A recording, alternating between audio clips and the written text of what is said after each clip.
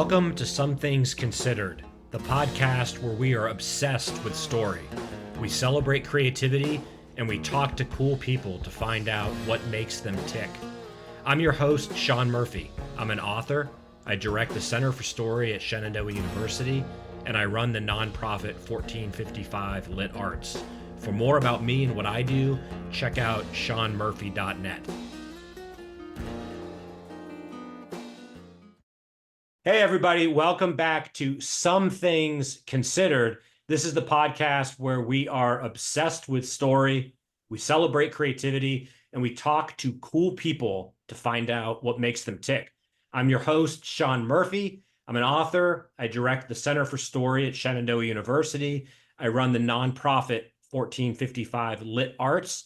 For more about me and what I do, you can check that out at seanmurphy.net. The best part of everything I do is that I have the opportunity to meet and talk to unbelievably talented artists from across the spectrum, even non-artists, but I have a special place in my heart whenever I can talk to creatives. And our special guest today, if you know anything about me or have followed anything I've done with 1455, you already know Jon Madof because I make it a point to talk to him as often as possible. And the reasons are myriad. One, I like him a lot. He's a dear friend. He is one of my favorite contemporary musicians who I listen to all the time, and we'll get into that. But he's also a treasured ally in that one of the things that I talk about ad nauseum is this notion of being part of a community. There's some artists that can't do it or won't do it, and that's fine. There are many that haven't figured out why it's so important, and I think we'll talk about that a bit today. But the notion is being part of something a little bit bigger than yourself not only enables you to lift up others, but it helps you connect other communities. And one of the missions of art is to communicate, foster dialogue, and inspire. And Jon epitomizes this day in and day out, and we'll explain why. Oh, by the way, if you dug that cool music during the intro, that is Jon Madof from his band Rashanim, and we'll talk about that too. But let me thank Jon in person for allowing me to use music that has literally inspired me for 2 decades. Jon, let me properly introduce you before we bring you on. Here's the bio, the short version. Jon is a guitarist, composer, producer, and band leader based in New York. He's the leader of several bands, including Zion80 and the aforementioned Rashanim. He has released multiple albums on Tzadik Records. Jon's worked with numerous artists. The full bio will give you a proper appreciation. He has maintained a decades-long association with the legendary composer and musical visionary John Zorn, a mutual hero of both of ours. Jon's performance has literally spanned the globe at prestigious venues and festivals. He's the co-founder of the prolific and eclectic CHANT Records label. Jon, my man, welcome. Thank you for being here. Thank you so much for having me, Sean. It's a pleasure to talk to you again. So like I said, on personal and professional levels, going back to when I was in the tech industry, when this whole video cast was just starting, you and I have gotten together and I always want to check in with you both to see like what's going on in your corner of the world, because we're both kind of coming at this as writer, musician, but both kind of navigating well, the world is always changing, but the landscape for how to be a creative is definitely in a state of flux. And it's been so gratifying and definitely informative. And it's never not inspiring to kind of see what you're up to and compare notes and take lessons. So I guess the first obvious question is, how are you? And what's been going on? What has changed since the last time we talked, which was like a year or so ago? I'm well, first of all, thank you. And it's great to see you again and always great to talk to you. And my pleasure for my music to be on the podcast. I'm honored. I appreciate it. And I can't believe it's been that long. I guess the first Rashanim album was 2003, which is crazy. That was a long time ago. Everything is well. I mean, I feel like we were talking a little bit about this before we started recording, but like I'm always moving forward whether I want to or not, and doing my best to kind of follow my intuition with as little interference from me as possible. I Yeah. think I can build on it and expand on it, but there is a real sense that I'm always trying to keep in touch with kind of like more listening in a deeper sense than making something or deciding or planning. Like it starts with the kind of the intuition and kind of a gut feeling. Um, we were talking about that a little before. Yeah. Yeah. And one of the things that we were talking about before we came on and that you and I have talked about a lot is, you definitely wear a lot of hats in the sense that, again, it's all shapes and sizes, I think, in any creative field. But you, in addition to being a composer and guitarist, you're a band leader, you're a composer, you are a label owner, you are a community organizer of sorts. How has, certainly coming out of COVID, from talking to you, I know that I feel like during COVID, maybe a lot of us were drawn into figuring out ways to stay connected. I mean, on literal, obvious levels, but just artistically making sure that we were kind of keeping the momentum going. But I sense from some of the things I've been seeing online, and what you've told me, you've almost been accumulating some energy and creativity. And I sense there's about to be, if not an explosion, certainly maybe some productivity from some stuff that's been boiling up in your mind. Yeah, for sure. It's hard to know where to start with all that. I think there's been two sides of that for me because as much as I wanted to find ways to be connected with people musically during COVID, and I'm only kind of seeing this now, coming out of it several years, is that I got kind of quite isolated during COVID. And I was able to turn it in my mind into, or not only in my mind, but I was able to make something productive, out of it. Like, thank God I've always done work that's not music to make a living. Like we were just talking Right. about Philip Glass before. He's an amazing example of somebody.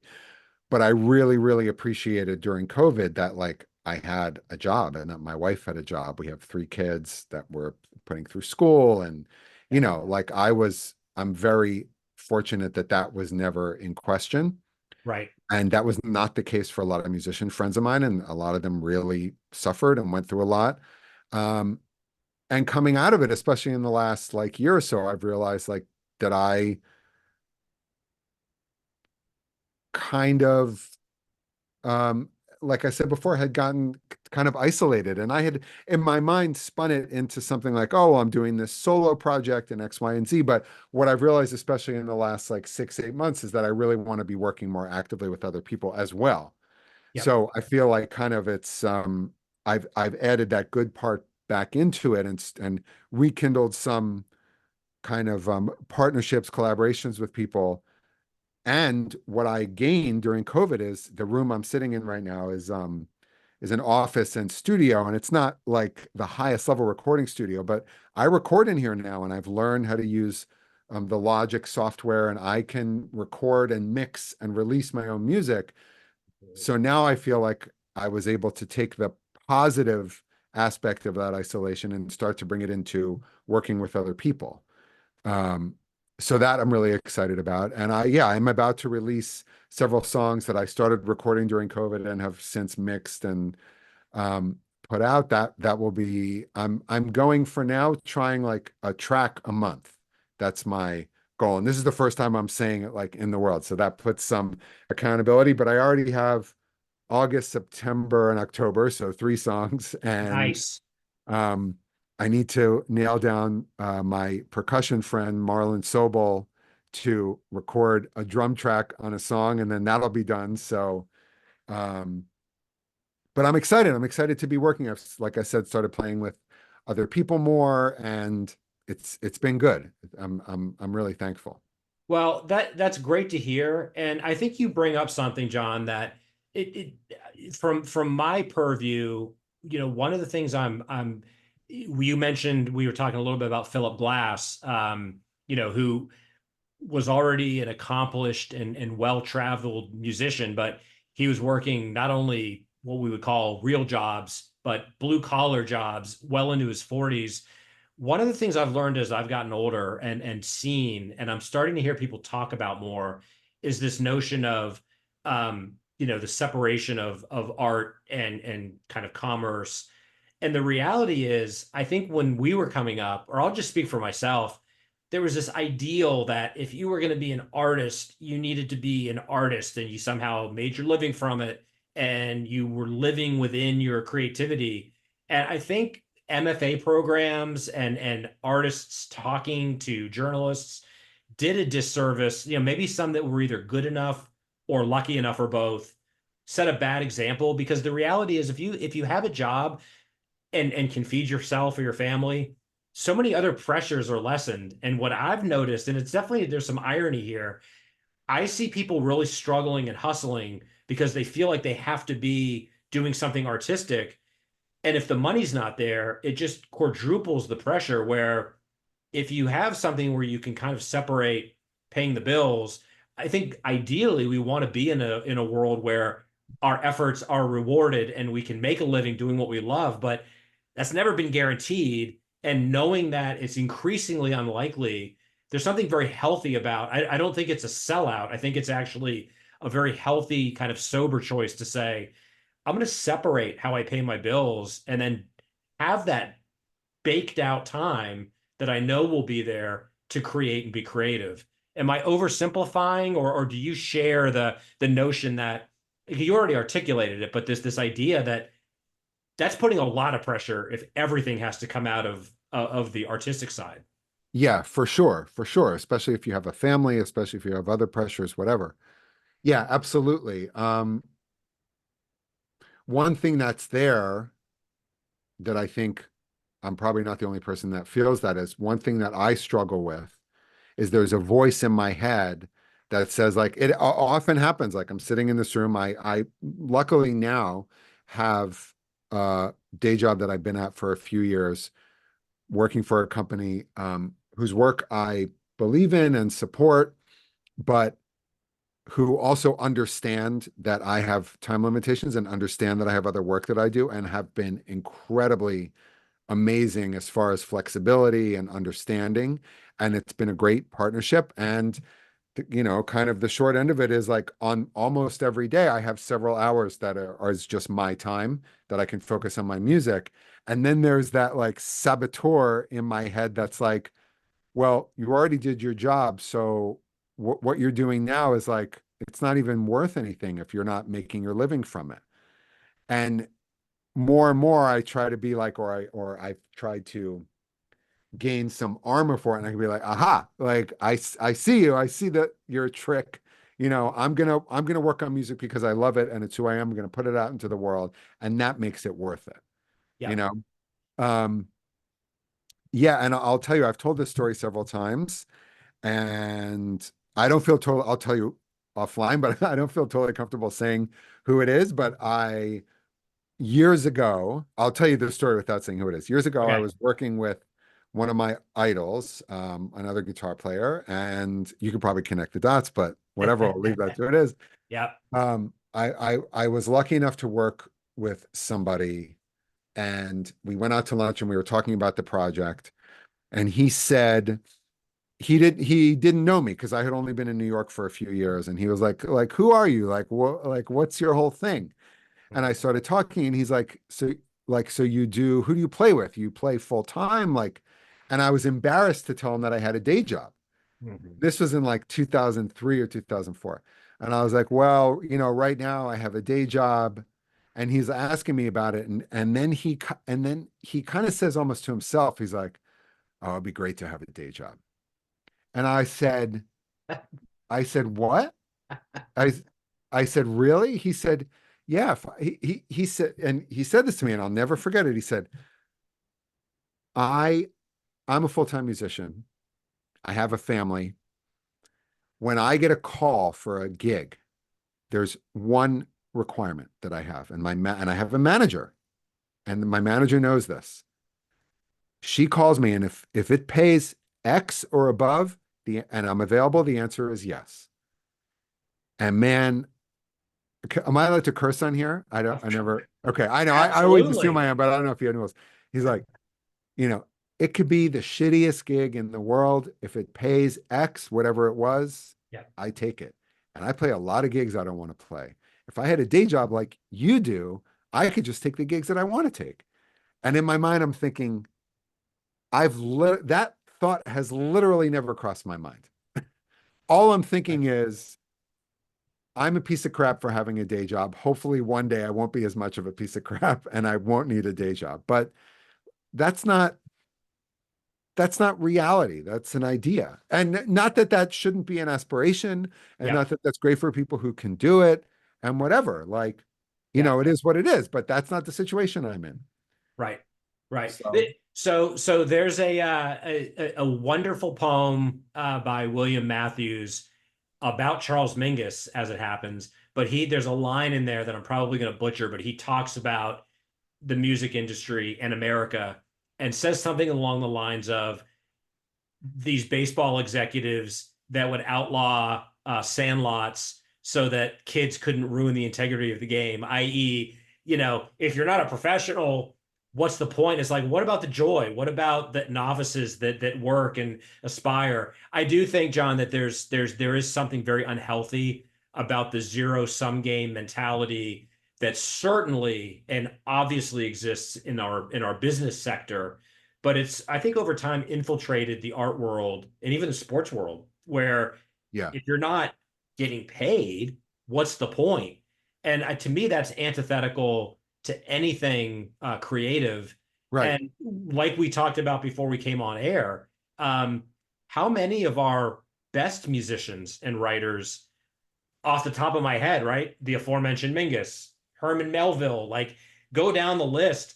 Most of them didn't make good livings. So even when we're talking about the best of the best, we're not measuring them by their paycheck. So Right.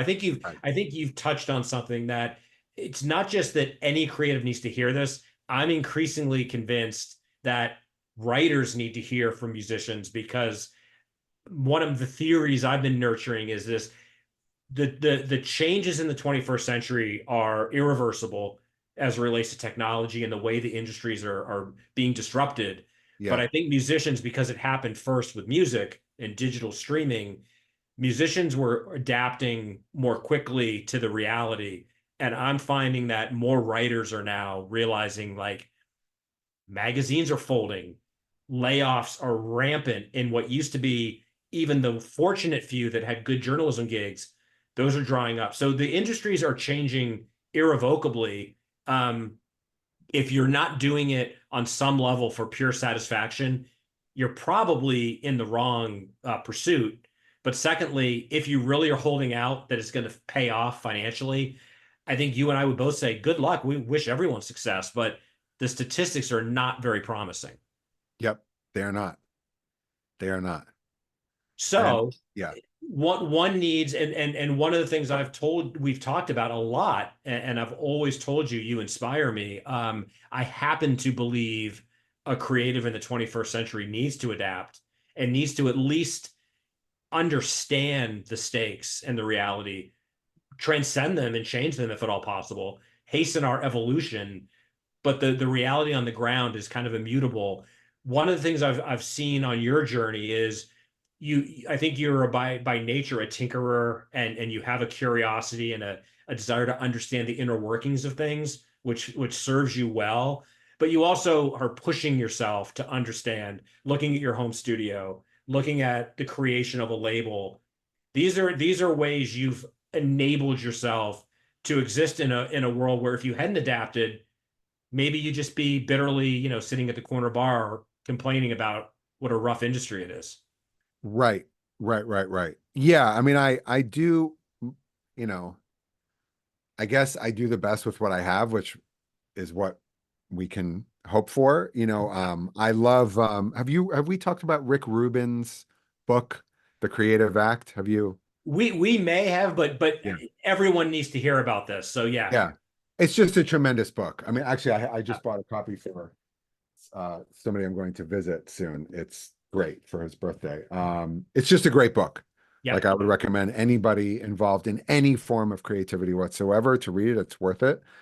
Um, but he has one line in there, and you know, a lot of times it's one of those books that like a lot of it is just like there'll just be like a page like that. Like it's not a poem in the strict sense. It's just a Yeah. little pithy statement. But one thing he says is do the best with what you have. Nothing else is required.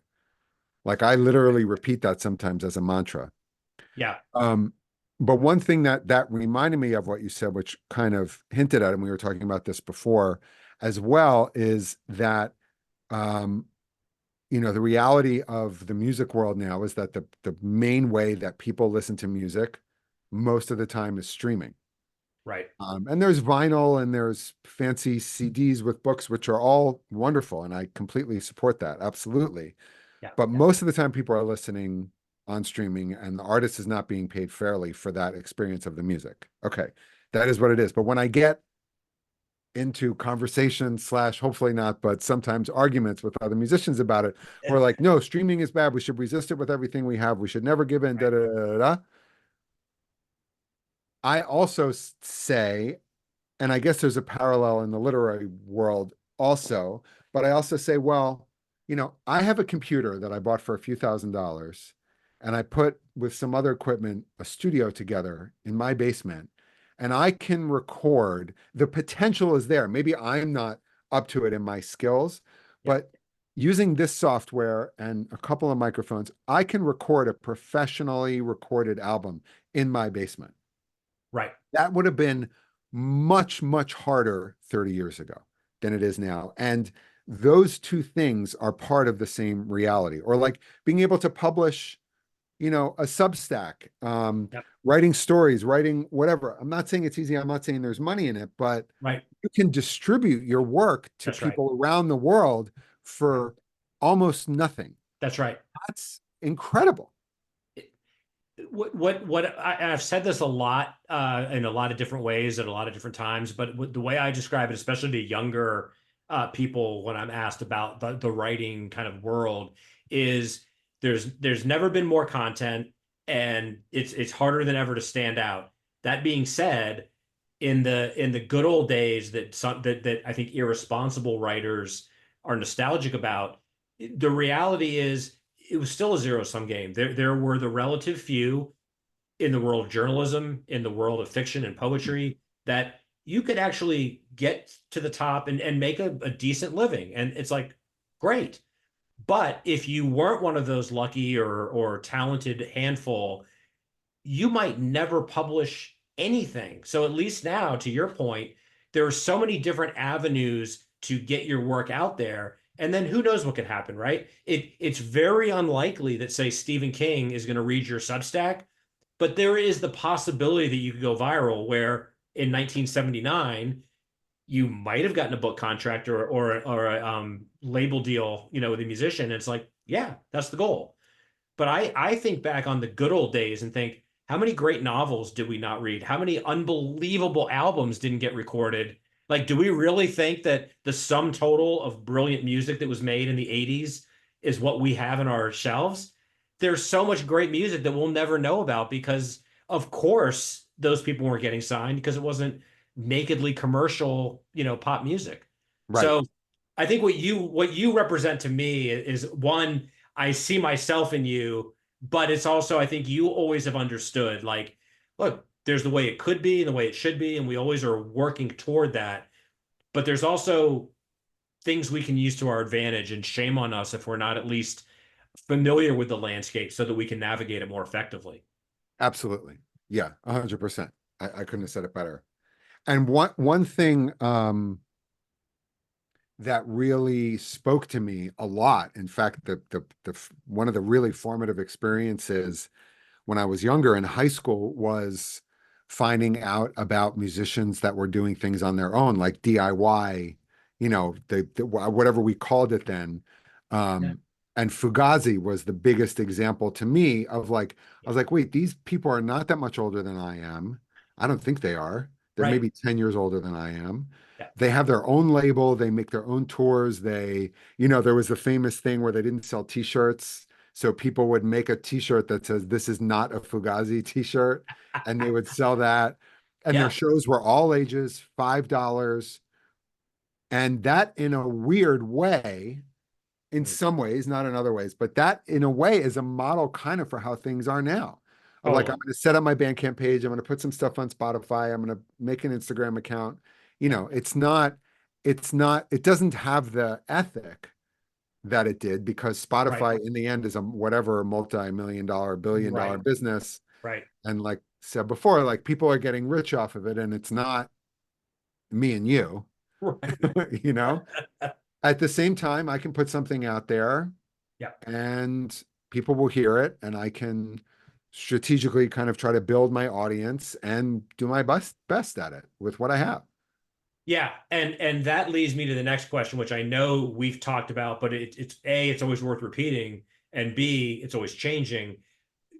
It's the other side, or another side of this coin that we're kind of turning over is, I would have said 10 or 15 years ago, some of the tactics that we would have described as guerrilla, Fugazi, people that were in the underground, kind of hustling and doing their own thing, those are now SOP, standard operating procedure, in both music and literary. You 10 years ago, when we were having these discussions, I think I would say things like, one cannot be aloof to social media. One needs to have a presence to be Right. taken seriously. Now, being conversant, that's like training wheels.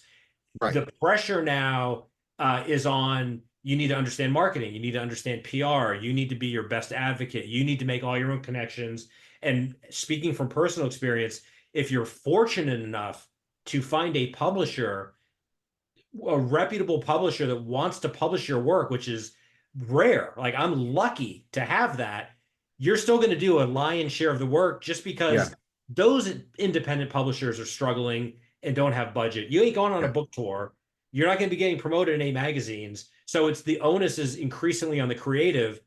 I hear a lot of people whine about that, and I'll certainly join and high five them in solidarity. But again, I think what you and I both have recognized for years now is, what are you going to do about it? If those are if that's the landscape, and even writers and musicians that are doing much better than the likes of you and me are struggling and hustling, for novices, it's a very forbidding landscape. So talk a little bit about how you've navigated, like, kind of having to learn how to navigate social media, marketing, owning a label, all that stuff.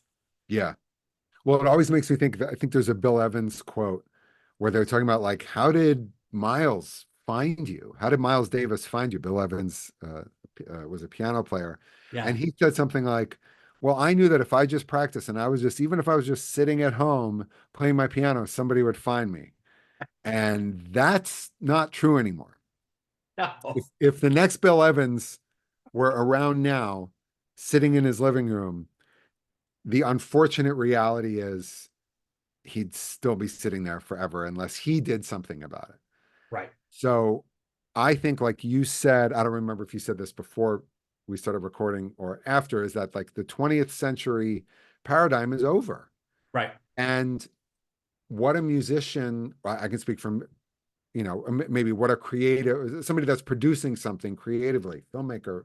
I mean, I can't Yep. imagine what it would be like to be a filmmaker. Like, you know, like at least you and I can make, like you know, I have the equipment. I can put an album out and not have to spend any money on it. I can't imagine like film. I don't know. Sure. Um, but I don't think that we have the luxury any longer to not be involved in every step of the process, from our creating the work to finding people who might like it, putting it Yep. out in the world, and whatever we want to do, Mhm. broadcasting what we do. I don't think it's a luxury that we have to expect that somebody else is going to do it. Yeah. Um, you know, like you said, I've worked with John Zorn for many years and been extremely privileged and blessed, really, that he's released a lot of my music.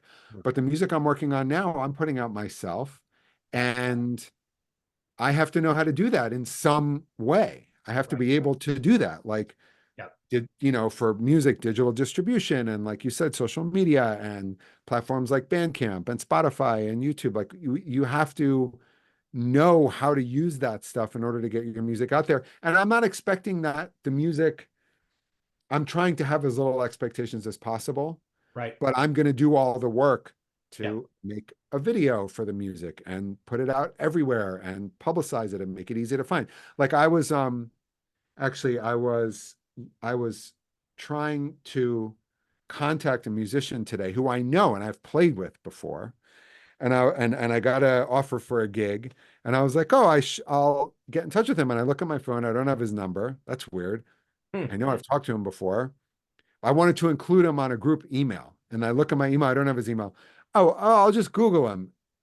His email wasn't on his website, Sean. It was nowhere to be found.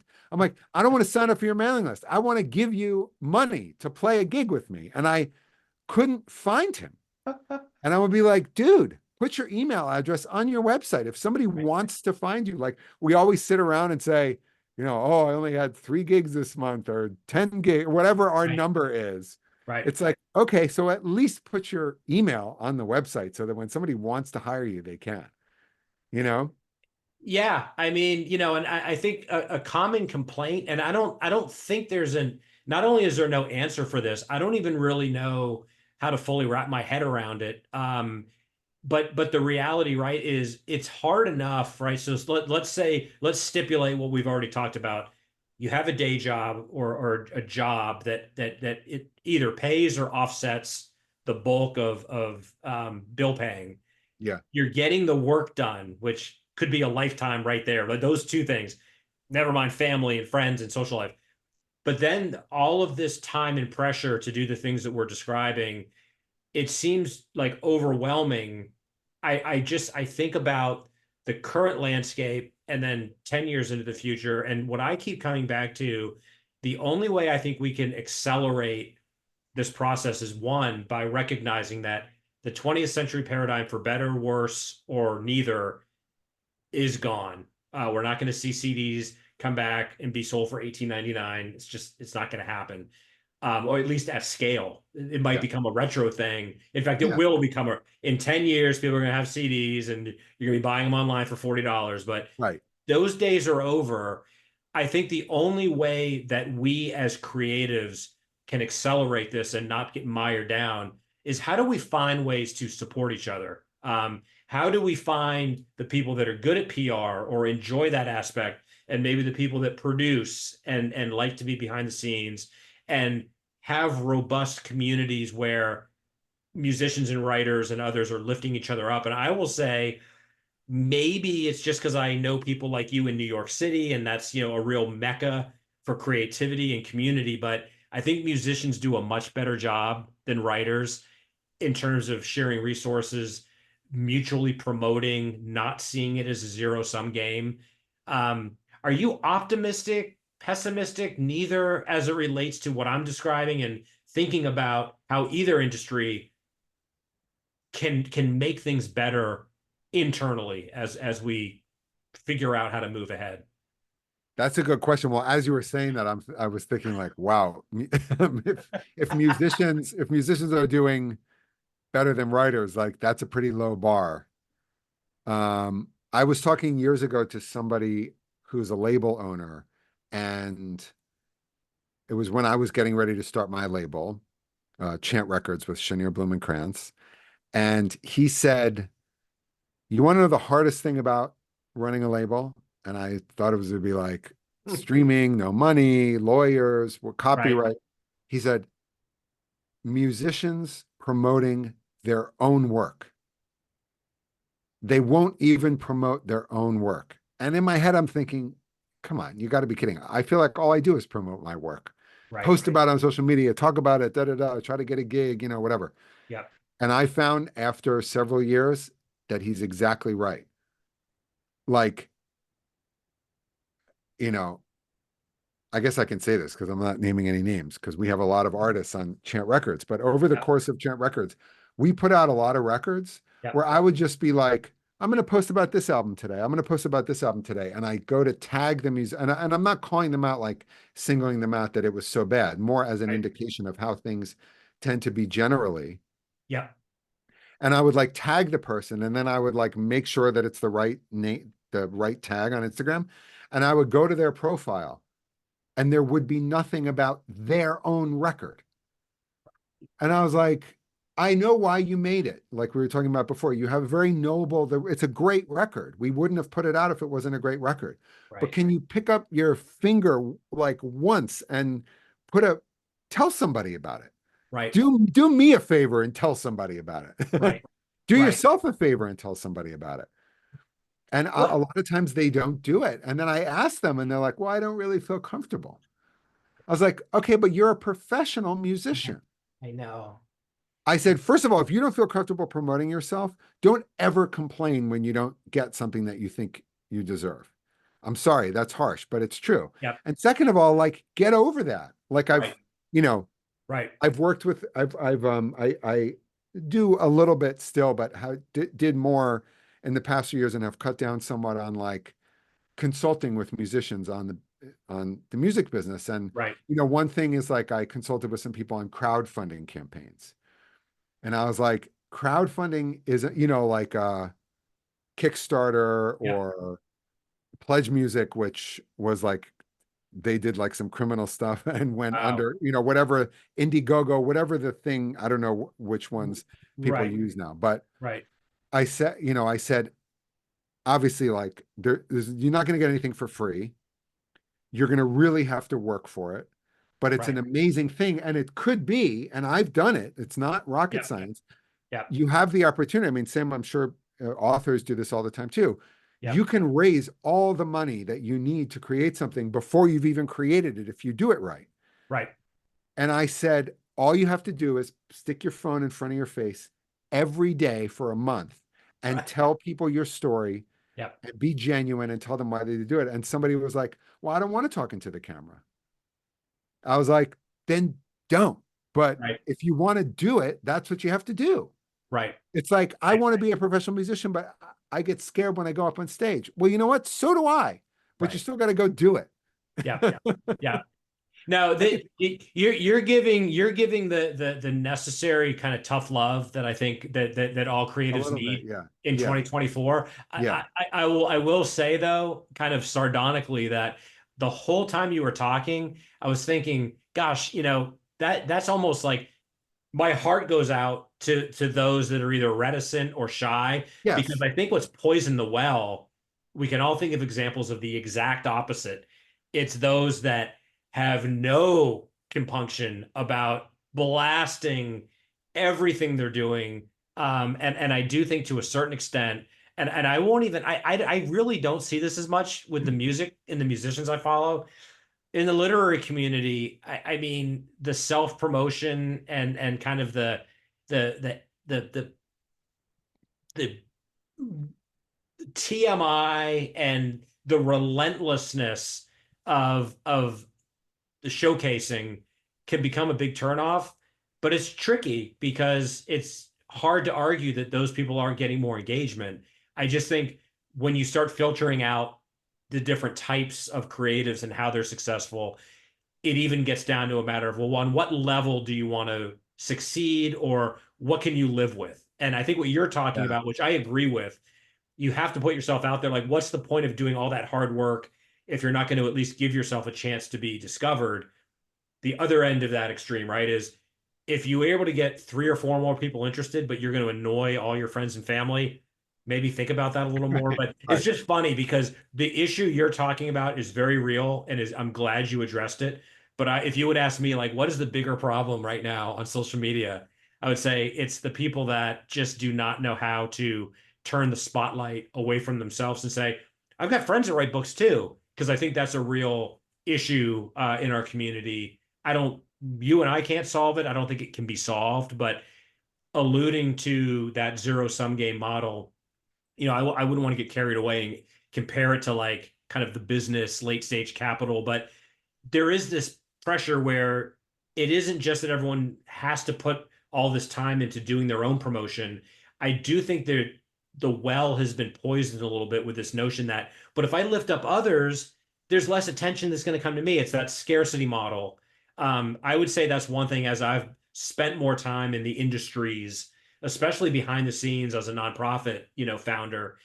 It's a definite turnoff, and it makes me sad to see beautiful, creative, sensitive souls who haven't been able to figure out the rising tide does lift all boats. Yes, that's a cliche. It's corny, but it's true. But there's a tremendous reluctance for people to really genuinely want to be invested in helping others succeed because it helps everybody. Yeah, 100%. That's really fair. And I think there's two good points there. And one is you're absolutely right that and it's reminding me that I haven't done it in a little while and I should do it because for a while I was better about, and I think it's just something that has slipped my mind as I'm focused on different things. But if you're an artist and you even just share somebody's thing on social media or whatever, broadcasting something about it, saying, who, anybody who follows me, who you should check out this person. They're so appreciative and thankful. And I've been so appreciative and thankful when people have done that to me. You've done that with me. And I really, really can't appreciate it. Can't tell you how much I appreciate it. And I've tried hopefully to return the favor a little bit, but Big time. That it really means a lot. And that's one thing. And going back to this consulting thing, like sometimes when people are like, okay, how much should I post on social media? I'm like, ideally, like if you can do it once a day, that's great. And it should never be gross, like you said, which I'll talk about in a second, because there is another thing there. But, and they're like, well, what do I post about? And I was like, and I said, everything you post about should be part of your story, and it should be genuine and real. So that doesn't mean you have to post what you had for dinner or your vulnerability in some other area that has nothing to do with your work. I don't think that's necessary. Right. But I said, also, if you can't think of anything, I bet a friend of yours just put something out and they would really appreciate a little boost. So do that. That's great. And people don't always want to feel like they're being sold to and talked at. Like they want to know about cool stuff. Like when I don't remember what it was. I went on Instagram and saw something like some music thing that was crazy. And I was just like, this is so cool. I don't know. It was an instrument or the way somebody, oh, I know what it was. It was, I can't remember who shared it. Some guy, I don't know if he's famous. I never heard of him. He's an Italian guitar player from like the 1940s. In the 40s, and he was on like an Italian TV show, and he's doing tapping like Eddie Van Halen. Whoa. But it was in the 40s, and it was seen as kind of like a novelty, but you see like this guy's really doing something super cool. Yeah. And I was like, that's so great. And that doesn't have anything, whoever shared it, like they just shared it because it's cool. Right. That's it.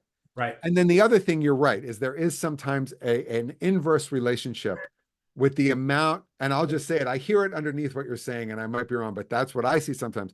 Sometimes there's an inverse relationship with how good somebody's art is and how much they post. Because sometimes you're like, I don't want to see that again. Like, you're just like trying to sell yourself. So yes, that's definitely true. There is like the poisoning of the well of the environment a little bit. But I also think that musicians need to figure out, artists need to be able to broadcast in a way that simply is genuine, and simply it's only when I do that, I always try to keep in mind, and not that I'm always great about it, because then I'm 5 minutes later, I'm like, oh, did somebody like it? Like, who cares? But try to literally be genuine. Like, I'm putting on music. Maybe you want to hear it. Maybe you might like it. Like, there's nothing wrong, and I don't think there's anything selfish in that. Like, I need you to like me because I don't like myself. That's like another level that we have to deal with. Because it's not going to help anyway. If you get a like, it's not going to, like we were talking about before, it's not going to fill that hole. But there is like, when I see like, like an Ornette Coleman video of him playing like with Primetime, I'm not like, oh, that selfish guy, he's like self-promoting because he had a video. It's like, I'm glad there's an Ornette Coleman video to watch, because unfortunately he's no longer around. So how else are we going to experience him? That's right. It doesn't come across, No, not at all. Not at all. So I can imagine, so if somebody that doesn't know either of us or is not as experienced, better or worse, has not had the years of creating, and is getting mixed messages, which frankly is probably good, because the point is there are no answers, there is no shortcut, there is no hack. Some of this is luck. It's about definitely developing and nurturing your talent, Yeah. trying, failing, continuing to try. But I think the what Jon and I are circling around, and we have definitely talked about before, but I want to make sure we hit now, is okay, so there's some good, there's some bad, you got to find your own path, you got to navigate it, you got to adapt. Okay. But sounds like you guys are kind of negative. When I think about Chant, when I think about what John Zorn has done with Tzadik, when I think about, being a community organizer of sorts, and starting a nonprofit, what I think people miss out on, and I think one of the antidotes that will surprise you if you are not involved in an artistic community or supporting one, is the unbelievable joy and satisfaction that comes from trying to lift up or expose art that has nothing to do with you. Yes, there's some karmic essence and elements involved, but when you're able to put time and effort into lifting up the kind of work that you believe in, you're not spending time inside yourself worrying about sales and likes and dopamine hits on social media. I would encourage anyone to get involved in these communities, in these micro communities, going on Amazon, leaving reviews, going on Facebook and spreading the wealth, sharing videos, sharing excerpts from someone's essays or whatever. These are definite ways, tangible acts that will actually make you, the person, feel happier. And there's definitely something good coming out of that. Jon, I know you believe in that, but maybe talk a little bit more deeply about, having run a label. It's a lot of work, but talk about some of the joy you've had doing things. If I hadn't championed this, it might never have been heard by the world. Yeah. Well, the first thing I'll say is that definitely in the current climate, it has to be a partnership between, I mean, if it's like, I have friends that I work with in an informal way. If I see something, if a friend of mine just put an album out, I'm gonna, share that she put an album out. Like, hey, check this out. It's great. Like, go listen. But in a more organized way, it has to be a partnership. And I'll tell you, honestly, it was very frustrating with the label when we would be promoting artists who wouldn't promote themselves. Yeah. Um, the flip side of that is to really see how a partnership can be great. Like there's one, I'll call her out because she's awesome, and we put out several of her records. There's a singer. Gosh, it's been a little while. I hope I'm not messing up any of her details. I believe she's in Oslo.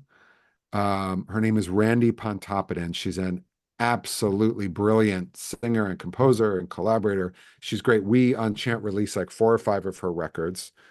And she just always did a great job of even simple little things of like tagging us when she would put something out, posting about things, leaving comments, thank you, little emoji, whatever. Like it means a lot. And then when I would see her stuff, that would make me more likely to like just click and even if it had nothing to do with the label, like, oh, hey, if you're whatever, I don't know where it was. If you're in Paris this weekend, go check out Randy at this venue. Like it's great, Right. Right. Um, and somebody I'll call out also because she's a very good friend of mine and who is always thinking about that. Always is my good friend Jessica Lurie, who's in Zion80, who we have hopefully a new project coming, and I've known her for 20 years. I've been working with her, Yeah. but I don't even think she realizes how great this is. When Zion80 was more active, every time she would walk into a rehearsal, almost every time she would say, hey, I was just in Berlin and I met this concert promoter. I gave him your name, but here's his email. You should contact him and see about getting a gig.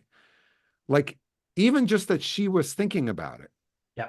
and yes, okay, she's in the band. It's going to be another gig for her, but that's not why. She's always thinking about connecting people, oh, I saw something that you would like that's how she's wired. And I really, really appreciate that. And it rubbed off on me a little bit, Yeah. you Yeah. know?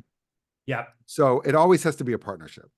Yeah, partnership is a great word, and I think you and I have kind of adequately covered kind of the businessy acumen. Yeah. So partnership, yes, but this notion of it also, in the most fundamental way, is a purely selfish act to be immersed in the broader creative acts and having a part in, I mean, in your case, right? And in mine, I guess, at 1455, but yes, to tangibly contribute to product that might not have existed. I mean, that's Yeah. an obvious example, but the more spiritual act of genuinely wanting to nourish and nurture and share. What I want to emphasize is I encourage everyone to do more of that, because yes, you're making a fundamentally positive difference in the world, which is not inconsiderable, but you might be surprised how much joy it brings you and how much it helps mitigate this pressure that we're all feeling. If we are looking for the dopamine hit, we are feeling this pressure like, did I post it on Twitter? What about Instagram? And what about my website? And am I keeping Right. this up to date? And am I doing this? Am I doing that? There is that pressure. Yeah. But if we're helping others, it's lightening our load. So I guess my message for this session is do it for your own sake, because it'll Yeah. help you from being too morbidly self-obsessed. 100%. 100%. Yes. 100%. Yeah. Um, so we started with it. I kind of want to end with it. Talk to it, tease us a little bit. What does the rest of 2024 look like? Um, what are you excited about in Jon Madof's artistic trajectory? Um, I am really excited about, kind of putting the knowledge that I've gained through learning how to record and mix and all that stuff. And I've gained an incredible appreciation for people who can really mix well. Yeah. I always have to give another shout out to James Della Tacoma, who is the engineer who I've been working with for a very long time. He's been associated with Bill Laswell for a long time and works at Mm. his studio in New Jersey. But every time, like when I had these mixes, my being able to say they were done was only after I had worked and worked and worked them and then send them to James and said like, "Hey, does this sound okay to you?" And he'd be like, "Oh, this frequency is a little muddy. Can you clean that up?" So talking about partnership and somebody who's very giving and just amazing at what they do. Um, so I'm excited about taking that skill of like knowing how to record and mix and pairing it with the collaborations that I've started working on, and very excited to release music with them. uh, Marlon or Moshe Sobol name, depending on where he is. I always encourage him just use one name for music, but whatever, he goes by both. He's an incredible percussionist. He's in Zion80, and Yeah. I have been playing in his band, which has been great. And we're going to be doing some collaborative stuff together on some of my music. Jessica, Lurie, some other musicians that I'm working with. So I'm excited about putting all that together, collaborating, and hopefully helping to be part of that tide that raises all the boats, like you said, or whatever the saying is. I love it. I love it. I love it. I love it. Well, I mean, so Jon, to be continued as always. Yes.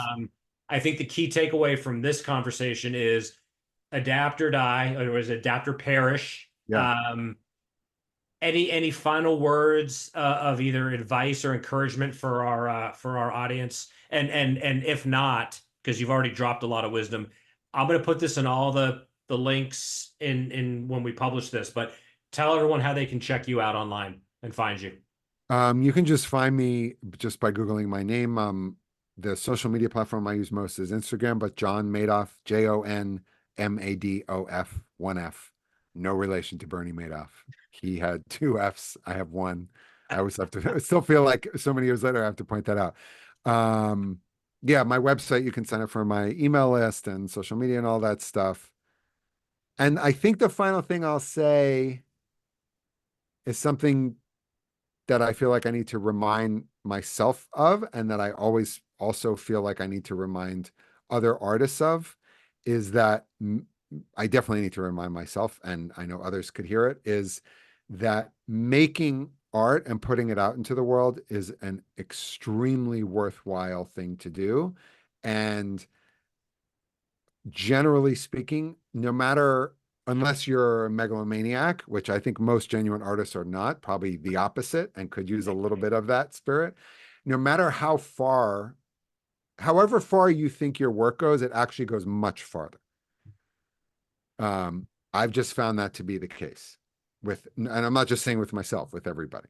Like I'll say, like if somebody puts a record out and I hear it and I see them and I say, hey man, I checked your record out. It's awesome. And like, oh, you listen to that? It's like, yeah, you put it online and I like your music. So I looked for you and I listened to it. That's how this works. But they're always surprised to hear that. Like, really? But it's like, yeah. And most people who experience your work probably will never let you know because they're just at home reading, they're watching, they're listening, whatever. Right. But it doesn't mean that it doesn't have an impact. So, I'm always reticent to talk about this, but this is a great note to end on. So first of all, thank you for that. And I, of course, agree completely. Yeah. Very eloquently said. Look, folks, to put a fine point on what I said at the outset. So I, big fan of John Zorn, following his Tzadik label, started getting into Rashanim in the early 2000s. Jon Madof's music had a profound impact on me. At one point, we connected online, probably Facebook, if not like MySpace. Right. Developed a casual, respectful electronic friendship. Yeah. I was doing a lot of freelance journalism. Genuinely was happy to review several of his, more than several, a bunch of his albums. We established a real rapport. Here we are almost 20 years later. His music is on my podcast, and I consider him a dear friend. I asked him, I was nervous to ask him because I respect him so much. He very graciously said, of course you can use my music. So I will say it without any hesitation. This is what it's all about, and this is how it can happen. Genuine respect and admiration, but becoming friends, supporting each other, learning about each other's influences and worlds. And here we are still talking about how to lift up the creative world.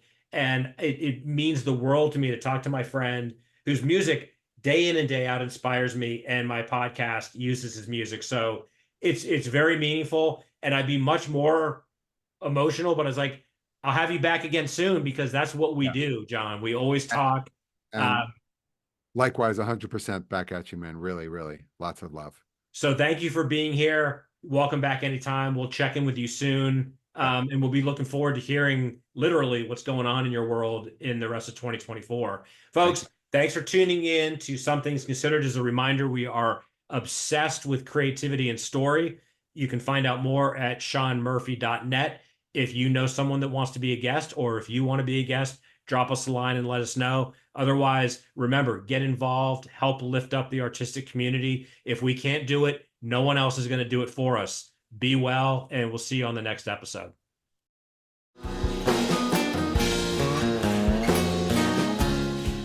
Thanks for tuning in to Some Things Considered. Find out more, including how to be a guest, at seanmurphy.net. Reminder, we are obsessed with story and celebrating creativity. Also, we're here to advocate for the arts by any means necessary. Drop us a line, get involved, and support our creatives who are the lifeblood of our culture. I'm Sean Murphy. See you on the next episode of Some Things Considered.